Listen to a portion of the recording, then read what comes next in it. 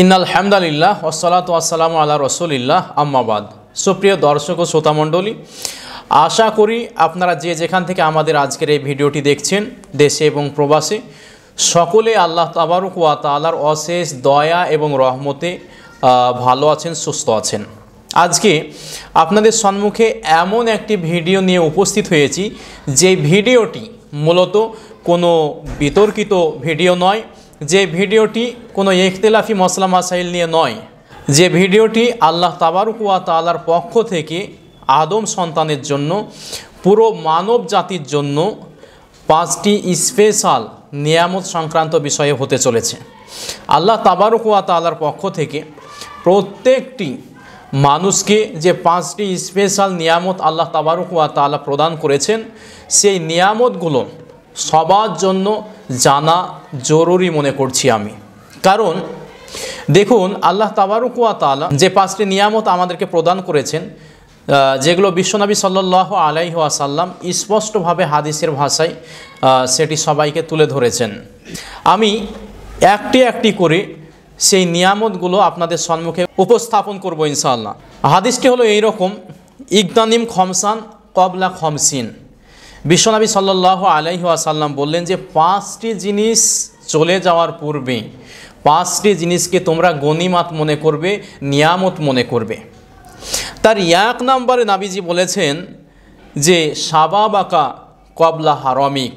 নাবিজি বলেছেন তোমার বার্ধক্য চলে আসার আগে, বয়োবৃদ্ধ হয়ে যাওয়ার আগে আল্লাহ তাবারক ওয়া তাআলা স্পেশালভাবে যে তোমাকে যৌবিক একটা কাল দিয়েছে, যৌবন কাল দিয়েছে, এই কালটাকে তুমি একান্তই নিয়ামত মনে করবে।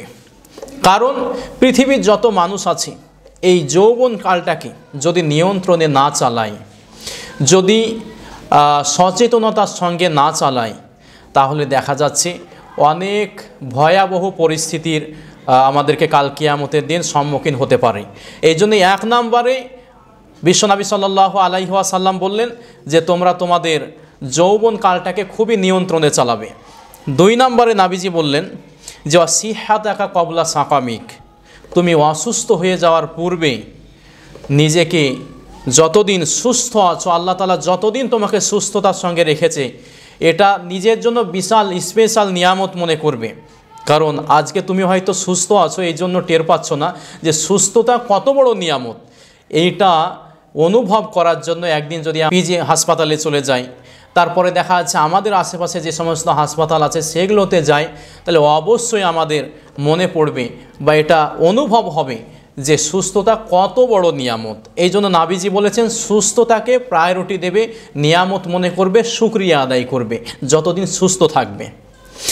3 নম্বরে নাবিজি বলেছেন ওয়া গিনাকা কবলা ফাকরিক। আল্লাহ তাবারক ওয়া তাআলা মাল আমাদেরকে দিয়েছে, যে ধন সম্পদ দিয়েছে, দারিদ্রতা চলে আসার পূর্বে, সংসারে অভাব অনাটন দারিদ্রতা চলে আসার পূর্বে এটাকে একান্তই নিয়ামত মনে করতে হবে। কারণ আজকে যে আল্লাহ তাবারক ওয়া তাআলা আমাদেরকে কত সুন্দরভাবে রিজিক প্রদান করছেন, 2 বেলা 3 বেলা যে খাবার প্রদান করছেন, রিজিকের যে ব্যবস্থাপনা করে দিচ্ছেন খুব সহজেই, আজকে তার জন্য আমরা বুঝতে পারছি না। কিন্তু যারা গরিব, যারা মিসকিন, যারা এতিম, যারা বেধবা, যারা ফকির, তাদের দিকে যদি আমরা দৃষ্টিপাত করি, তাহলে অবশ্যই আমাদের মনে পড়বে বা অবশ্যই আমাদের অনুভব হবে যে দারিদ্রতা কত মারাত্মক জিনিস একটা পরিবারের জন্য। তাই বিশ্বনবী বললেন যে তোমার পরিবারে দারিদ্রতা চলে আসার পূর্বে আল্লাহ তাবারক ওয়া তাআলা তোমাকে যে ধন সম্পদ দান করেছেন, তোমাকে যে ধনাঢ্যতা দিয়েছেন, সেটাকে গনিমাত মনে করবে, নিয়ামত মনে করবে। তবে যেমন তেমন নিয়ামত না, ভেরি ভেরি স্পেশাল একটি নিয়ামত। 4 নম্বরে বিশ্বনবী সাল্লাল্লাহু আলাইহি ওয়াসাল্লাম বলেছেন ও ফারাগাকা কবলা সুগলিক। আল্লাহ তাবারক ওয়া তাআলা যতদিন তোমাকে অবসর সময় দিয়েছে, এটা আল্লাহর পক্ষ থেকে বিরাট একটি গনিমাত মনে করতে হবে, স্পেশাল একটি নিয়ামত মনে করতে হবে। কেন মনে করতে হবে? তার কারণ হলো, যদি আমাদের জীবনটা ব্যস্ততায় নিমজ্জিত হয়ে যায়, সর্বদাই যদি ব্যস্ততা লেগেই থাকে, তাহলে দেখা যাবে যে আমরা আল্লাহ তাবারক ওয়া তাআলার দাসত্বে নিজেকে আত্মনিয়োগ করতে পারবো না। এই জন্য নাবিজি বলেছেন আল্লাহ তাআলা যতদিন তোমাকে অবসর সময় বের করার সুযোগ দিয়েছে, এটাকে আল্লাহ তাবারক ওয়া তাআলার পক্ষ থেকে বিশেষ একটি নিয়ামত মনে করবে। সর্বশেষ শর্টেই বলে দিচ্ছি, 5 নম্বরে নাবিজি বলেছেন যে ও হায়াতাকা কবলা মাউতিক, মৃত্যু চলে আসার পূর্বে, মরণ চলে আসার পূর্বে আল্লাহ তাআলা যে হায়াত নামক একটি নিয়ামত প্রদান করেছেন, এই হায়াত নামক নিয়ামতটিকে আমাদেরকে একান্তই প্রায়োরিটি দিতে হবে এবং আল্লাহ তাবারক ওয়া তাআলা শুকরিয়া জ্ঞাপন করতে হবে। কেন? কারণ হচ্ছে আল্লাহ তাবারক ওয়া তাআলা যতদিন আমাদেরকে হায়াতে বাঁচিয়ে রেখেছেন, ততদিন আমরা চেষ্টা করলে আল্লাহ তাবারক ওয়া তাআলার দাসত্ব করে নিজের ব্যক্তিগত জীবনে অনেক নেকির অধিকারী হওয়া সম্ভব। সুতরাং এই সুযোগটাকে হাতছাড়া করা মোটেও একটা মুমিনের কাম্য নয়। এই জন্য আমরা এই 5টি স্পেশাল নিয়ামতকে স্মরণ রেখে আল্লাহ তাবারক ওয়া তাআলার শুকরিয়া জ্ঞাপন করব, এইভাবে আমাদের ব্যক্তিগত জীবনটা চালাবো। কেন? আল্লাহ তাবারক ওয়া তাআলা বলেছেন লা ইন শাকারতুম লা আযীদান্নাকুম ওয়া লা ইন কাফারতুম ইন্না আযাবি লা শাদীদ।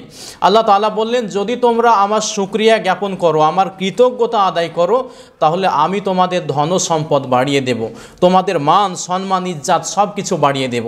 ওয়ালা ইন কাফারতুম, আর যদি তোমরা না করো, অস্বীকার করো, আমি আল্লাহ তাআলাকে দেখা যাচ্ছে ডাকার মতো না ডাকো, তাহলে অবশ্যই মনে রাখবে যে আমার আযাব অতি ভয়ঙ্কর। আল্লাহ তাবারক ওয়া তাআলা আমাদেরকে শোনার চাইতে বেশি বেশি আমল করা তৌফিক দান করেন। আমা তাওফিক ইল্লা বিল্লাহ।